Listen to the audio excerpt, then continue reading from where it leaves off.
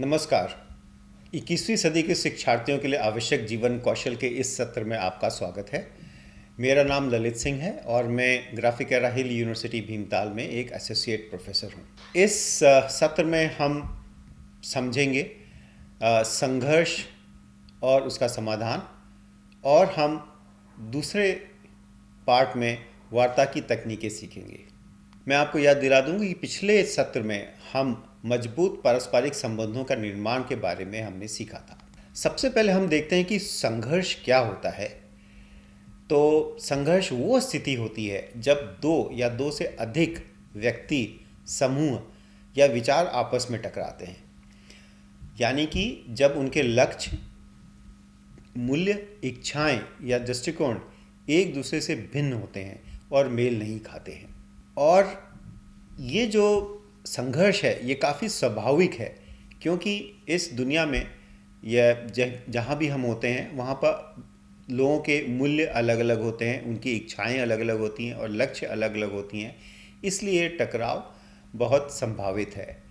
और इस वजह से क्योंकि यह इनविटेबल है, तो इस वजह से हमें ये मालूम होना चाहिए, क्योंकि ये स्वाभाविक है, तो हमें ये मालूम होना चाहिए कि अगर संघर्ष आता है तो हम उसको कैसे मैनेज करें। तो कुछ हम पहले शब्दावली देखते हैं संघर्ष को समझने के लिए। तो सबसे पहला जो शब्द हमने इस्तेमाल किया वो था संघर्ष या विरोध या विरोधता, और इसका मुख्य अर्थ होता है जहाँ पर दो व्यक्तियों या लोगों के बीच टकराव हो या विरोध हो। इसका स्वरूप तीव्र होता है और तनावपूर्ण होता है, और इसका परिणाम टकराव में हो सकता है और समाधान की बहुत आवश्यकता होती है। दूसरा जो शब्द हम इस्तेमाल करते हैं वो प्रतिद्वंद्विता होती है। इसको हम प्रतियोगिता या प्रतिस्पर्धा के रूप में देखते हैं। अगर टकराव होता है तो दो लोगों के बीच, या तो हम इसको प्रतिद्वंद्विता के रूप में देखते हैं। ये प्रेरक होता है, उद्देश्यपूर्ण होता है, और ये अधिकतर हमें उत्कृष्टता की ओर प्रेरित करता है। तीसरा जो शब्द है वो मतभेद है। यहाँ पर टकराव मतों में होता है, यानी कि विचारों में होता है।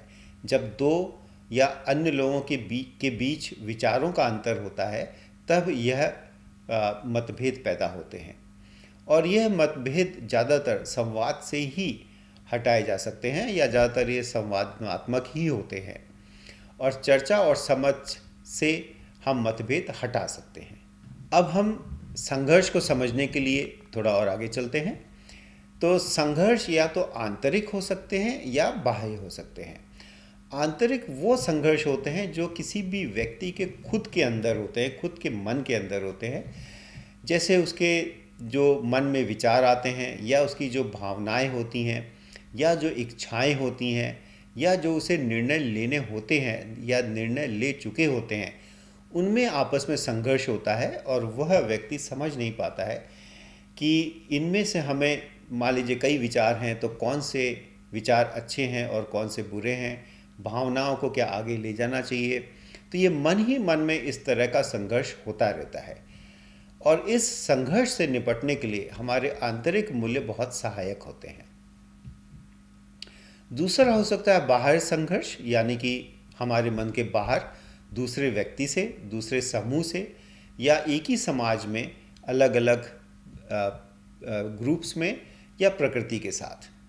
यहाँ भी हमारे जो लक्ष्य होते हैं या मूल्य होते हैं या जो इच्छाएं होती हैं, उनके प्रति यह संघर्ष होता है, और कई बार संसाधनों को लेकर भी संघर्ष होता है, और ये वार्ता से सुलझाया जा सकता है। दूसरी तरह से हम इस तरह से समझ सकते हैं संघर्ष को, कि संघर्ष किसी के व्यक्तिगत जीवन में हो सकते हैं, या उसके व्यावसायिक या पेशेवर जीवन में हो सकते हैं।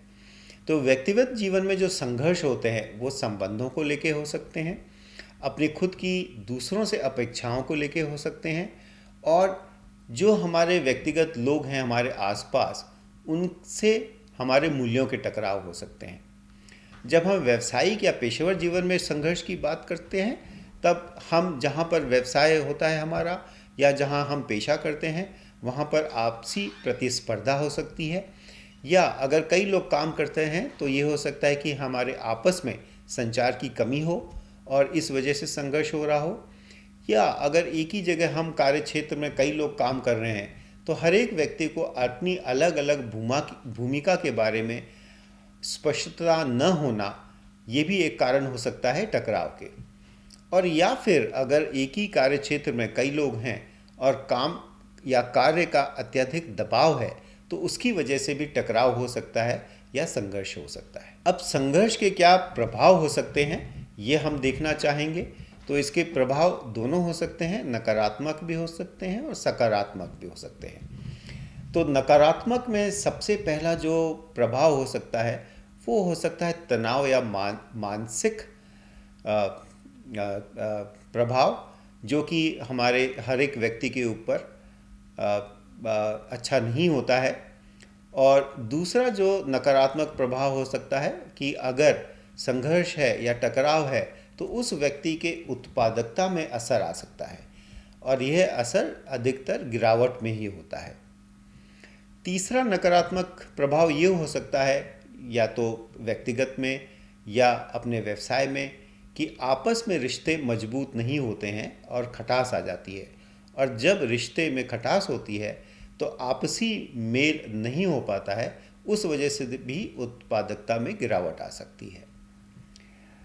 चौथा नकारात्मक प्रभाव ये हो सकता है कि अगर संघर्ष है किसी टीम में या किसी समूह में तो उनमें मनोबल की कमी हो जाती है, और वापस मनोबल की कमी की वजह से लोग खुश नहीं होते हैं और वापस उनकी उत्पादकता में गिरावट आती है या उन्हें वापस व्यक्तिगत तनाव हो सकता है। लेकिन संघर्ष के कुछ सकारात्मक प्रभाव भी होते हैं। मान लीजिए कि कोई संघर्ष हुआ तो हमें उससे यह पता चलता है कि कोई समस्या थी जो बहुत अंदर दबी हुई थी और वो बाहर आ गई है। तो इससे हमें समस्या के बारे में पता चलता है और समस्या को हम हटा देते हैं और फिर संघर्ष भी हट जाता है। संघर्ष से होने से कई बार ये भी होता है कि हम संवाद करने को मजबूर हो जाते हैं, और संवाद करने से संघर्ष की स्थिति ठीक हो जाती है। तीसरा ये होता है कि जब संघर्ष होता है और हम संघर्ष हटाने के लिए उपायों की चर्चा करते हैं या संवाद करते हैं, तब नए विचार और नए समाधान सामने आते हैं जिनको कि हम इस्तेमाल करके आगे और भी अच्छा या आगे के संघर्षों को कम कर सकते हैं या हटा सकते हैं। चौथा सकारात्मक प्रभाव ये होता है कि एक बार संघर्ष आता है और आपस में हम संवाद करके उससे निपट लेते हैं तो उसके बाद जो आपसी समझ होती है और वो अच्छी हो जाती है और आपसी रिश्ते और मजबूत हो जाते हैं। अब हम देखेंगे कि अगर संघर्ष आता है तो उसके लिए निपटने के लिए हमारे पास क्या तरीका है। तो यहाँ पर सबसे जो प्रभावकारी तरीका होता है हम उसको थॉमस कुलमन मॉडल मानते हैं, जिसमें कि 5 अलग अलग तरीके होते हैं इसको निपटने के लिए, और यह 5 अलग अलग तरीके संघर्ष के स्वभाव पर भी निर्भर करते हैं और इनके परिणाम अलग अलग हो सकते हैं। तो ये जो 5 थॉमस कुलमन मॉडल में तरीके होते हैं ये 2 चीज़ों पर निर्भर करते हैं। एक तो कोऑपरेटिवनेस में, यानी कि आपस में हम कैसे एक दूसरे से मेल करते हैं, और दूसरा असर्टिवनेस, यानी कि हम कितना अपने खुद का इंटरेस्ट प्रभावी बनाते हैं। तो इसमें जो पहला कदम हो सकता है वो होता है टालना, यानी कि अगर संघर्ष की स्थिति आती है तो हम उससे बचने की कोशिश करते हैं या उसको अनदेखा कर देते हैं। और ज़्यादातर संघर्ष इसी तरह से होते हैं जहाँ पर कि संघर्ष का हम उपाय निकाले बिना ही अपना काम चला सकते हैं, और हो सकता है कि ये संघर्ष समय के साथ कम हो जाए या हट जाए। यह उस समय होता है कि जब जो संघर्ष है उसमें हमारी जिम्मेदारी ज़्यादा नहीं है, या जिस वजह से संघर्ष हो रहा है उसमें हमारी रुचि कम हो, तब यह टालना या अवॉइडिंग हमारे लिए अच्छा रहता है। दूसरा होता है समर्पण करना, एकोमोडेट करना, यानी कि जहाँ पर हम झुक जाते हैं और दूसरों के हित की परवाह अधिक करते हैं, और जो दूसरा व्यक्ति बात कह रहा है उसको हम मान लेते हैं। लेकिन एकोमोडेटिंग में हम कोऑपरेट तो कर रहे हैं लेकिन अपनी बात आगे नहीं रख पाते हैं, और यह ज़्यादातर किसी भी व्यक्ति के व्यक्तित्व पर निर्भर करता है कि वो समर्पण करता है या नहीं करता है। तीसरा होता है प्रतिस्पर्धा या कंपीटिंग। तो यहाँ पर हम कोऑपरेशन कम करते हैं लेकिन अपने अपनी मन की बात को मनवाना चाहते हैं, और यहाँ पर हमें खुद की चिंता ज़्यादा रहती है और हम अपने ही इंटरेस्ट को या अपने फ़ायदे को हम आगे बढ़ाते हैं। चौथा जो उपाय होता है वो समझौता होता है या कॉम्प्रोमाइज़ होता है। इसमें दोनों ही पक्ष अपना अपना थोड़ा इंटरेस्ट छोड़ते हैं और हम बीच की स्थिति पे आ जाते हैं, यानी कि दोनों व्यक्ति अपना कुछ नुकसान होने देते हैं और थोड़ा बहुत फ़ायदा होता है। और ये ऐसी स्थिति जब आती है जब दोनों ही लोगों को, दोनों ही पक्षों को यह मालूम होता है कि अगर हमने समझौता नहीं किया तो हम दोनों का ही नुकसान बहुत ज़्यादा होगा, और ऐसी स्थिति में समझौता कर लिया जाता है। यानी कि यह सर्वोत्तम उपाय तो नहीं है, लेकिन संघर्ष को टालने के लिए या संघर्ष को कम करने के लिए ये हम उपाय ले लेते हैं। पांचवा और सबसे उत्तम जो उपाय के लिए अच्छा समाधान निकलता है, यहाँ पर दोनों पक्षों की बात रखी जाती है, दोनों के लिए लाभकारी होता है और इसमें किसी को भी झुकना नहीं पड़ता है। जितनी पार्टीज़ इन्वॉल्व हैं उनमें से किसी को भी झुकना नहीं पड़ता है, और इसमें कोऑपरेशन का बहुत महत्व होता है और सभी के लिए फ़ायदेमंद होता है। तो इस वजह से ज़्यादातर जब अगर हम संघर्ष की स्थिति में होते हैं तो हमें सहयोग या कोलैबोरेटिंग वाला उपाय लेना चाहिए। अब हम देखते हैं कि संघर्ष समाधान में किस तरह के स्टेप्स होते हैं। तो सबसे पहले हम सक्रिय श्रवण करते हैं, खुला संवाद करते हैं, यानी कि हम अपना मत नहीं रखते हैं, दूसरा का मत सुनते हैं। साझा उद्देश्य को पहचानते हैं, यानी कि अगर जिन दो लोगों में संघर्ष हो रहा है उनके दोनों की हित की क्या बात है।